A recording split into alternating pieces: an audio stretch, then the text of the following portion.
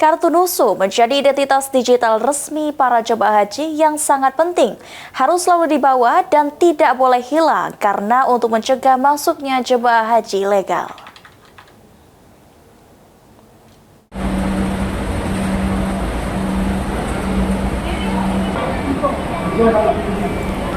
Distribusi kartu NUSU bagi jemaah calon haji Indonesia terus dipercepat. Tercatat seluruh jemaah calon haji dari Indonesia yang telah tiba di Arab Saudi, 94% atau 170.000 jemaah sudah menerima kartu NUSU termasuk jemaah haji Sumatera Selatan.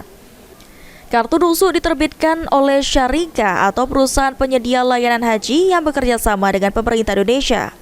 Humas Kanwil Kemendag Sumsel Abdul Kudus mengatakan ketika jemaah calon haji sampai ke Arab Saudi, kartu NUSU tersebut sudah mulai didistribusikan.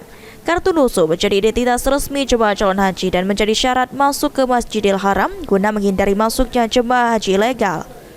Ditambahkan Kudus, memang ada beberapa jemaah yang belum mendapatkan kartu NUSU yang telah dicetak dalam bentuk kartu, sehingga saat ini sudah ada aplikasi digital agar para jemaah haji dapat melihat kartu NUSU-nya.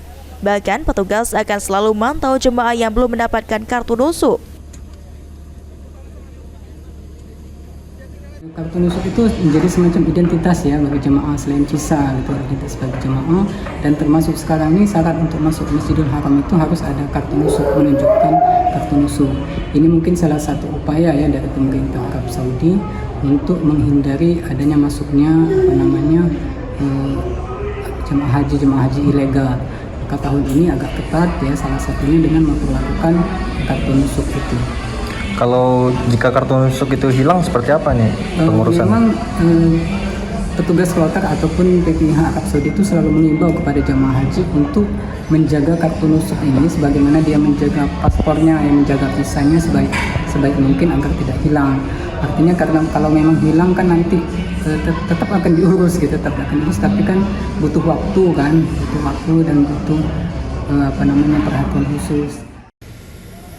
Kudus juga mengimbau kepada para jemaah untuk menjaga kartu NUSU-nya agar tidak hilang. Lutfi, PAL TV.